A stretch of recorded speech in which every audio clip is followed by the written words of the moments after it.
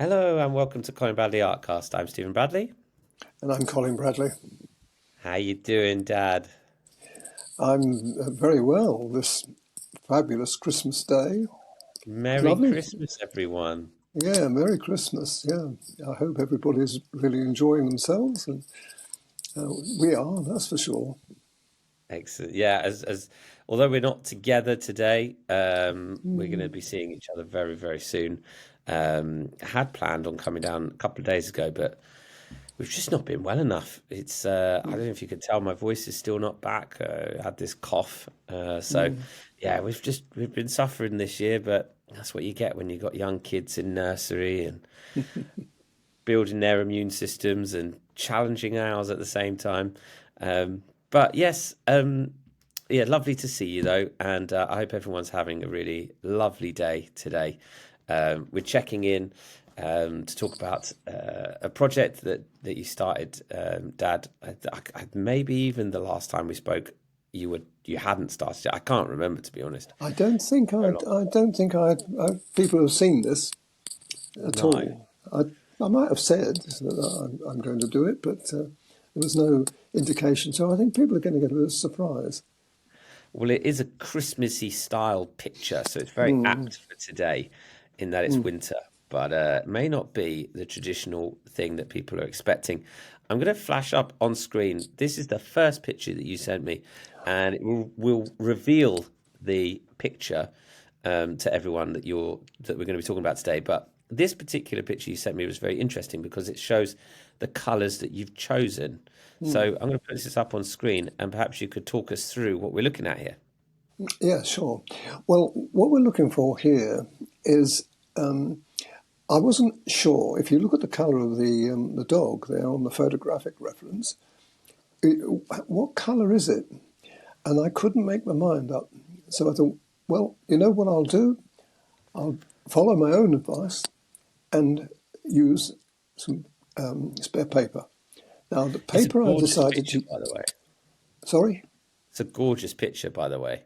Oh, well, you wait and see till you see the finished one. And if I say it myself, it's actually an improvement on that. Anyway, coming back to it, I had a particularly that sort of fawny, tony, tanny colour on the spot, which I'm indicating on the spare paper. And I thought, how do I get that? Well, what I did, you can see the ivory there. Now, ivory was the first colour I put in. Have you lost it back? Have you got it back again? Bring it back again. Yeah. The ivory was the first colour I put on. Remember, we've got sand coloured paper. Ivory went on, and then that grey. Now, that grey is 230. And why 230? You think, well, you know, if you're going to go to warmer colours, you would want the warmer greys. But if you look at the picture on the background, particularly, you see that it's a cool grey, isn't it? So that means I would have had to have both. And I thought, well, I don't really want to do that. I just want to use one colour or one tone of grey. So I decided to use the 230. That goes on top of the ivory. And then on top of that, I use that 186. You can see that up in the on the right. That's 186. Now, these are what I've done also is put the actual colour on the paper. So you can see the colour before it's all blended and put together.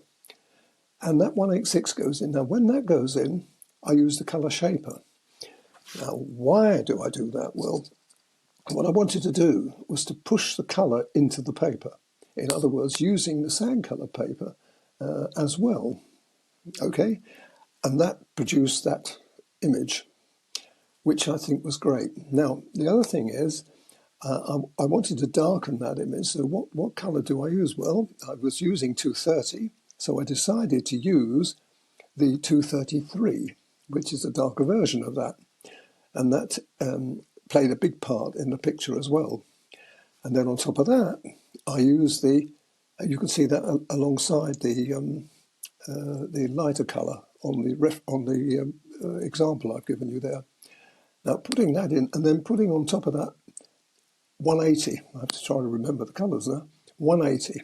Now 180, I haven't used that very often, but that went on top of that, and that's the only two colours that went into that particular section there. But I wanted to darken it still further, and we'll see when we start looking at the animal. And I decided to use 177. Now there's only, I think there's 10 colours I used altogether in this picture, which is quite a limited amount. Normally I use many more, but they didn't need it. So It's I really thought it was interesting. interesting. And I really find that so interesting that you can use the cooler greys for this. I mean, you just look at this picture and you just think warm greys.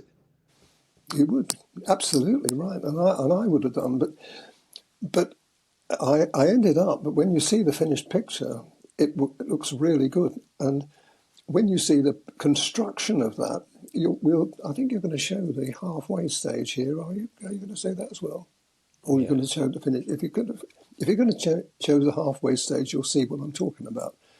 When you put the grey on and those subsequent colours work really well together, better than I thought they would. So I was surprised with this.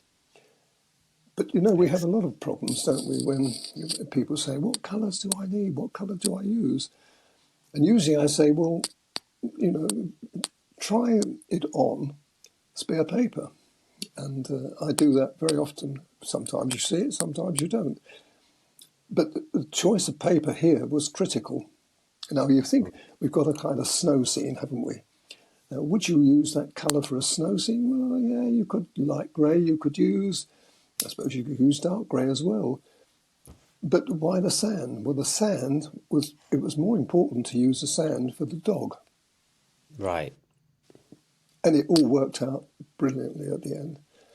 So, I mean, I'm giving you my thoughts now. And this is how, at this stage you're looking at now, I hadn't even, well, I did start it. You can't see it there, but I did start putting the white on.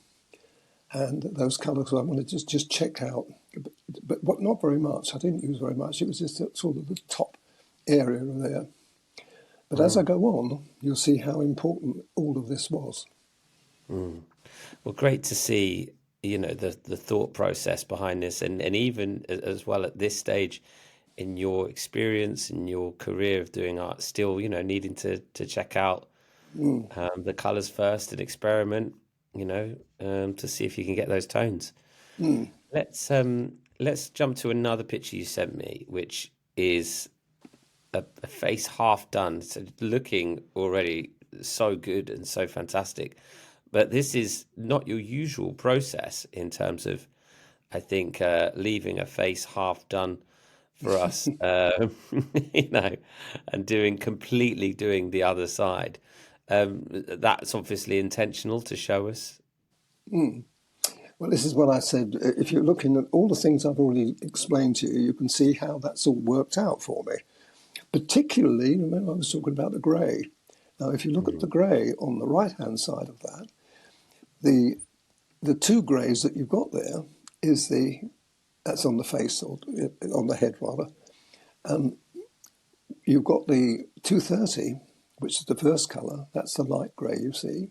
And then on top of that, you've got the 233. And then if you look at the other side of the face, where's that colour in that? It Yeah, isn't. It isn't. You can't see it then. But the important thing is it's underneath it all.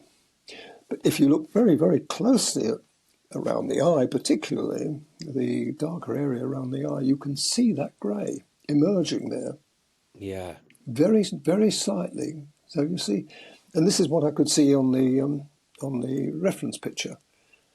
So I managed to get the colour. I think, I mean, whenever you look at a photographic reference, and here I didn't have the animal, so I couldn't check it out, you usually find the photographic image slightly different in colour than the actual dog. Lighting can be important here. So, but all yeah, we've got to go for and all we can do is work on the photographic reference we're given. yeah, yeah, yeah, yeah. It's looking really good. Once you'd got those colours that we saw in the previous pictures mapped out, was it fairly clean sailing from here? Like you could adjust the tones, you knew where it was lighter, you knew where it was darker. It just changed those combination of colours that you discovered and mapped out at the beginning. Well, yes, but you see, there was only what 6 colours. I think it was 6 colours, 5 or 6 colours I showed you. Well, I used 10 altogether, so there's colours that you didn't see, and sometimes I don't know that I'm going to use them until I get to the animal. And two of the colours, 182, I used, and that was also used in the construction of the lighter areas of the fur, not the white, the lighter areas of the fur, just lightly, not a lot of it, just a touch. And then the other colour I used, because if you look at the dark areas, very dark areas, particularly underneath the ear, I didn't want to use black. That's the one thing I didn't want to do. That would have made it too hard. So I used 175, and that was brought in at a later stage. And that has a warmy, earthy tone to it, doesn't it? Which is That's interesting. right, again. Yeah. But So that perhaps would have been a better option over black that doesn't have those biases. You know, black's just dark, whereas a dark sepia gives you that tonal quality that you need as well. well, yes, sometimes you have to use black, particularly the eye. Now, if you look at the eye, you think Colin's used black in that eye. Do you know, I can't remember whether I did or not. It's a while ago I finished this now, and I think I might have just touched a little bit of black in there. Just a touch, but I don't think I put it anywhere else. It would just been in that eye. Because looking at it from here, I think I probably did just put a touch, but it would have been a touch after the event. I would have used the grey to start with, 233, and then I would use the 180, I think I used on top of that. And then I probably used 177, and then I would, 175. And then I probably put it, because I felt it needed just a little bit more punch, I put Yeah. a little bit of black on.